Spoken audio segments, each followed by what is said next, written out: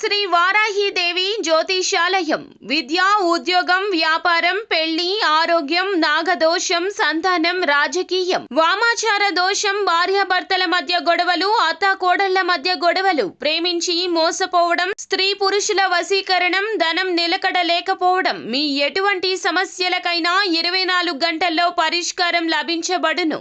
Number 1 వశీకరణ specialist Pandit Pawan Namboodiri, Kerala తాంత్రిక గురువు గారు. Phone number 9043637512. జనవరి 10 కుంభరాశి వారికి మధ్యాహ్నం 12 గంటల 18 నిమిషాలకు యమగండం సమయంలో ఈ చెడు వార్త జాగ్రత్త.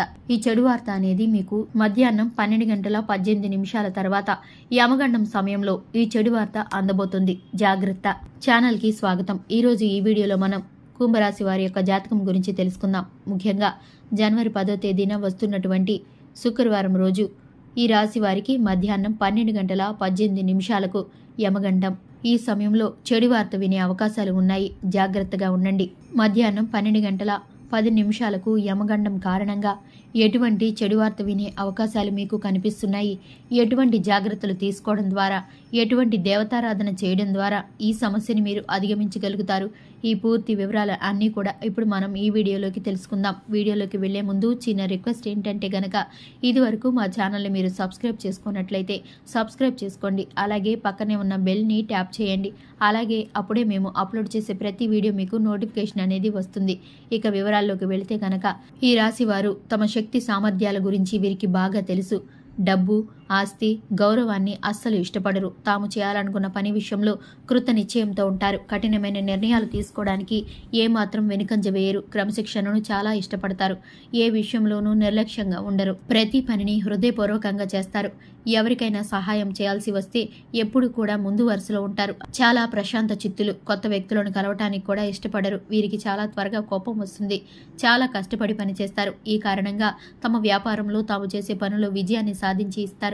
ఇక ముఖ్యంగా విషయంలోకి వస్తే జనవరి 10వ తేదీన ఈ రాశి వారికి దినఫలాలు మిశ్రమంగా ఉండబోతున్నాయి. అంటే కొన్ని అంశాలు అనుకూలంగా, కొన్ని అంశాలు ప్రతికూలంగా ఉన్నాయి. అంటే వ్యాపారస్తులకి, ఉద్యోగస్తులకి సాధారణంగా వారి యొక్క రోజు గడిచిపోతుంది. అయినప్పటికీ మధ్యాహ్నం 12 గంటల 18 నిమిషాలకు యమగండం అయితే పొంచి ఉంది. అంటే ఈ యొక్క సమయం మీకు యమగండం. ఈ సమయంలో ఒక చెడు వార్త వినే అవకాశాలు కనిపిస్తున్నాయి. జాగ్రత్తగా ఉండాలి. ముఖ్యంగా బయట ప్రయాణాలు చేసేవారు అప్రమత్తంగా ఉండండి. అలాగే మీ కుటుంబ సభ్యుల గురించినటువంటి ఒక బ్యాడ్ న్యూస్ వినే అవకాశం ఉంది. కాబట్టి ఈ విషయంలో తగిన జాగ్రత్తలు తీసుకోవాలి. అలాగే ఎటువంటి ఆందోళన చెందాల్సిన అవసరం లేదండి. అంటే ఈ యొక్క సమయం మీకు చెడు సమయంగా ఉంది. ఈ సమయంలో ఒక చెడు వార్త వినే అవకాశాలు ఉన్నప్పటికీ దాన్ని అధిగమించడం అనేది కూడా మీ చేతిలోనే ఉంటుంది.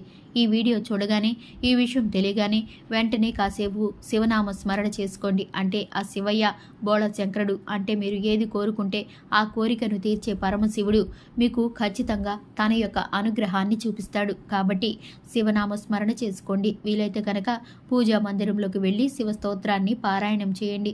శివుడి సన్నిధిలో కాసేపు సమయాన్ని గడపండి. వీలు కాని వారు మీరు ఎక్కడున్నా సరే కళ్ళు మూసుకొని మీరు శివస్తోత్రం పారాయణం చేయండి. కనీసం 11 సార్లైనా సరే ఓం నమ శివాయ అనే శివనామాన్ని జపించి మీ యొక్క జీవితంలో ఇటువంటి ప్రమాదం యొక్క దరిదాపుల్లోకి రాకుండా మీరు ఆ శివయ్యను వేడుకోండి. మీరు కానీ మీ కుటుంబ సభ్యులకు కానీ ఏ హాని జరగకూడదని మీరు ఆ పరమశివుణ్ణి వేడుకోండి. ఈ విధంగా కనుక పరమశివుణ్ణి మీరు ఆరాధించారంటే ఖచ్చితంగా మీకు పొంచి ఉన్న ప్రమాదం నుండి మీరు బయటపడగలుగుతారు.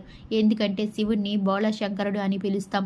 అంటే మనస్ఫూర్తిగా ఎవరైనా ఆయన్ని ఒక్క కోరిక కోరినా కానీ ఆ కోరికను ఖచ్చితంగా నెరవేరుస్తాడు. కాబట్టి ఆ బోళ శంకరుడు మీకు పొంచి ఉన్న ప్రమాదం నుండి త్రుటిలో మిమ్మల్ని బయటపడేస్తాడు. కాబట్టి ఖచ్చితంగా ఈ విధంగా శివనామ స్మరణ చేసి సుబ్రహ్మణ్య స్వామికి ఆరాధన చేయండి.